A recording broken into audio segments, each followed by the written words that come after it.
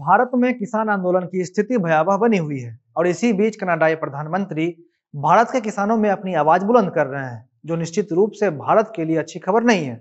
कनाडाई प्रधानमंत्री का यह बयान कई सारे नजरिए से भारत में देखा जा रहा है। किसान आंदोलन को लेकर भारत में पहले से ही इस तरह की खबर चल रही है कि खालिस्तानी समर्थक इस आंदोलन में सक्रिय भूमिका निभा रहे हैं और अब कनाडाई प्रधानमंत्री का बयान कहीं न कहीं इस चीज को सोशल मीडिया से लेकर राजनीति में और अधिक बल प्रदान करेगा। एक बात साफ कर दें कि हम यहाँ बिल्कुल नहीं बोल रहे कि किसान आंदोलन में खालिस्तानी समर्थकों की भूमिका है, लेकिन जो बात देश की राजनीति में चल रही है और साथ ही सोशल मीडिया पर घूम भी रही है, उसके बारे में जिक्र करना जरूरी हो जाता है। नमस्ते, मेरा नाम अमन शर्मा है और आप जनता जंक्शन देख रहे हैं। यह हमारा कार्यक्रम सुबह सवेरे है, जिसके माध्यम से हम आपको बिहार की 5 प्रमुख खबर बताते हैं।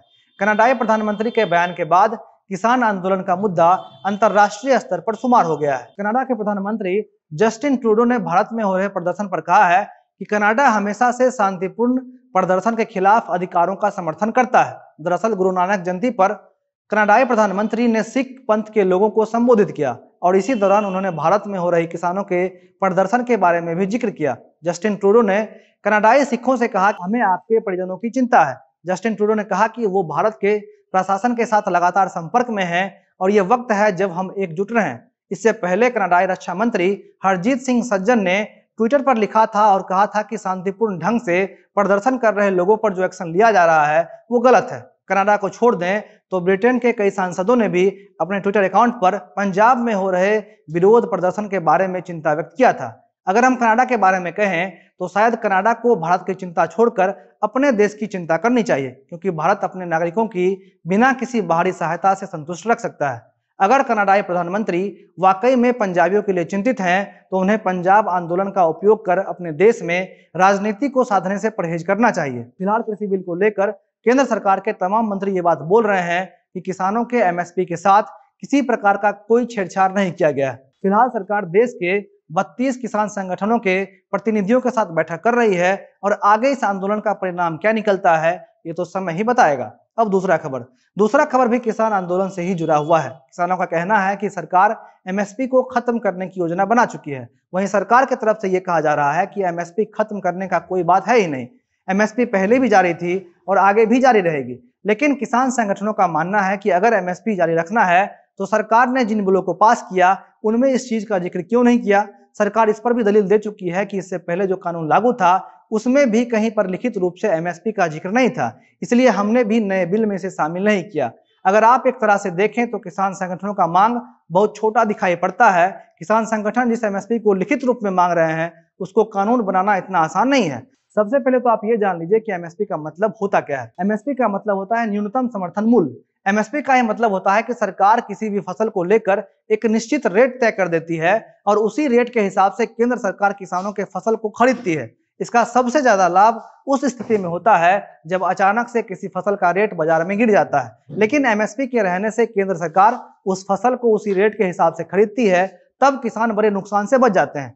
एक अनुमान है कि पूरे देश में मात्र 6% किसानों को एमएसपी का लाभ मिलता है और इनमें से अधिकतर किसान पंजाब और हरियाणा राज्य के हैं। इसीलिए जो आंदोलन और प्रदर्शन हो रहा है वो सबसे ज्यादा पंजाब और हरियाणा को प्रभावित कर रहा है। बीबीसी ने इस पर बाकायदा एक रिपोर्ट प्रकाशित किया है, जिसमें इस चीज का जिक्र किया गया है कि एमएसपी को लेकर सरकार कानून बनाने से क्यों हिचक रही है। बीबीसी ने अपनी रिपोर्ट में कहा है कि एमएसपी हमेशा एक फेयर एवरेज क्वालिटी के लिए होता है, यानी फसल की निश्चित की गई क्वालिटी होगी तो उसके लिए ही न्यूनतम समर्थन मूल्य दिया जाएगा। अब सवाल बड़ा सीधा है कि अगर कोई फसल इन मानकों का पालन नहीं कर पाती है तब उसका क्या होगा। बीबीसी ने लिखा है कि अगर ऐसी स्थिति में सरकार किसानों की मांग को मान ले फिर भी कानून को अमल में लाना मुश्किल होगा। वहीं किसानों का जो दूसरा डर है वो ये है कि सरकार भविष्य में सरकारी खरीद पर रोक लगा सकती है या फिर सरकारी खरीद को कम कर सकती है। सरकार के पास कई कमेटियों की सिफारिश है जिसमें यह कहा गया है कि गेहूं और धान की खरीद सरकार को कम करना चाहिए और फिलहाल सरकार इसी उद्देश्य के साथ काम भी कर रही है और ये चीज भी किसानों को डरा रहा है। बीबीसी ने अपनी रिपोर्ट में इस चीज का जिक्र भी किया है। फिलहाल किसान संगठन और सरकार के बीच लड़ाई किस निर्णायक मोड़ पर पहुंचती है इसका पूरे देश को इंतजार है। अब तीसरी खबर, देश भर के स्मार्ट सिटी को लेकर मंत्रालय की तरफ से एक लिस्ट जारी की गई है और इस लिस्ट में पटना पिछली बार के मुकाबले रैंकिंग में नीचे गया है। पटना को इस लिस्ट में 54.99 स्कोर के साथ 35वां स्थान प्राप्त हुआ है। 2019 में पटना का स्थान 29वां था। वहीं 2020 के मार्च में पटना 32वें स्थान पर काबिज था। कहने का मतलब यह है कि पटना की हालत दिन प्रतिदिन इस लिस्ट में खराब होती जा रही है। आपकी जानकारी के लिए बता दूं कि पटना को 2017 में स्मार्ट सिटी प्रोजेक्ट के तहत चुना गया था और आज 3 साल हो गया है, लेकिन पटना अभी भी स्मार्ट सिटी प्रोजेक्ट को पूरा करने के आसपास भी नहीं पहुंच सका है। पटना को स्मार्ट सिटी बनाने के लिए 2776.16 करोड़ रुपया आवंटित किया गया था, जिसमें से करीब 800 करोड़ का काम हुआ है। पिछले दिनों पटना नगर निगम के पूर्व नगर आयुक्त अनुपम सुमन पर इस चीज का आरोप लगाया गया था कि उनके गलत नीतियों की वजह से पटना को स्मार्ट सिटी बनाने में इतना ज्यादा वक्त लग रहा है। नगर विकास मंत्री सुरेश शर्मा ने कहा था कि हमने अपने सारे कामों को धरातल पर उतारने में काफी समय लगाया है, लेकिन आपको धरातल पर बहुत जल्द बदलाव देखने के लिए मिलेगा। खैर, हम भी यही आशा करते हैं कि बहुत जल्द पटना स्मार्ट सिटी की लिस्ट में टॉप पर आ जाए। अब चौथी खबर। बिहार में हमेशा से इस तरह खबर आती है कि कोई इंसान किसी महिला के साथ आपत्तिजनक स्थिति में पकड़ा गया, और आज की खबर यह है कि बिहार में महिलाओं की इज्जत की रक्षा करने वाले एएसआई साहब खुद महिला के साथ आपत्तिजनक स्थिति में पकड़े गए। मामला सुपौल जिले से जुड़ा हुआ है। एएसआई साहब पर आरोप लगा है कि उन्होंने घर में घुसकर महिला के साथ जबरदस्ती करने की कोशिश की और इसी दौरान उन्हें आपत्तिजनक स्थिति में पकड़ा गया। जब एएसआई साहब आपत्तिजनक स्थिति में पकड़े गए तब ग्रामीणों ने उन्हें पहले पीटा और फिर कान पकड़ाकर उठक बैठक भी करवाया। ये घटना सोमवार को रात को हुई थी, लेकिन कल यानी कि मंगलवार सुबह से एएसआई साहब का यह वीडियो सोशल मीडिया पर वायरल होने लगा। वीडियो वायरल होने के बाद आरोपी एएसआई संजय शुक्ल को सस्पेंड कर दिया गया है। एसपी मनोज कुमार ने कहा है कि मामले की जांच चल रही है और अगर एएसआई संजय शुक्ला इसमें दोषी पाए जाते हैं तब उन्हें विभागीय कार्रवाई से गुजरना होगा। अब एसपी मनोज कुमार ने त्रिवेणीगंज एसडीपीओ को मामले की जांच का जिम्मा सौंप दिया है। जांच रिपोर्ट में अगर एएसआई दोषी पाया जाता है तब उसके खिलाफ विभागीय कार्रवाई होगी।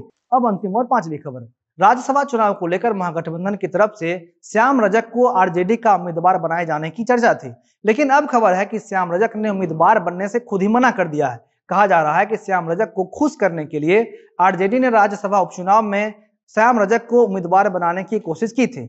अब आपको बता दें कि श्याम रजक इस बात को लेकर पार्टी के नेतृत्व से नाराज हैं, क्योंकि उन्हें विधानसभा चुनाव में पार्टी ने टिकट नहीं दिया था। आपकी जानकारी के लिए बता दूं कि श्याम रजक इससे पहले 2 बार लगातार जदयू के टिकट पर विधायक रह चुके हैं। वहीं 2020 के विधानसभा चुनाव से ठीक पहले उन्होंने जदयू का साथ छोड़कर आरजेडी का लालटेन थाम लिया था। पूर्व मंत्री श्याम रजक लालू यादव की सरकार में भी मंत्री रह चुके हैं, तो वहीं राबड़ी देवी की सरकार में भी मंत्री के पदभार को संभाल चुके हैं। अगर मीडिया रिपोर्ट्स की माने तो आरजेडी इस चुनाव में विपक्ष की तरफ से एक उम्मीदवार उतारना चाहता है, लेकिन इसके लिए कोई उम्मीदवार तैयार नहीं है। इसके पीछे का कारण राज्यसभा चुनाव का गणित बताया जा रहा है। दरअसल अगर आरजेडी को महागठबंधन के अन्य दलों के साथ साथ एआईएमआईएम के विधायकों का समर्थन मिल जाता है, फिर भी वो 115 के आंकड़ों पर ही पहुंच पाएगी। वहीं एनडीए के पास लगभग 125 विधायक का समर्थन है और अगर चुनाव जीतना है तो कम से कम उम्मीदवार के पास 122 विधायक का समर्थन होना चाहिए। और आरजेडी के तरफ से जिन नेताओं का नाम राज्यसभा उपचुनाव के लिए आगे चल रहा है, वो भली भांति जानते हैं कि एनडीए के विधायकों को तोड़ना इतना आसान नहीं है और इसलिए वो अपने उम्मीदवारों को लेकर टाल मटोल कर रहे हैं। फिलहाल नामांकन भरने की अंतिम तिथि 3 तारीख को है, तो हमें देखना होगा कि क्या आरजेडी अपनी तरफ से किसी उम्मीदवार को मैदान में उतारता है या नहीं। आज इतना ही, धन्यवाद।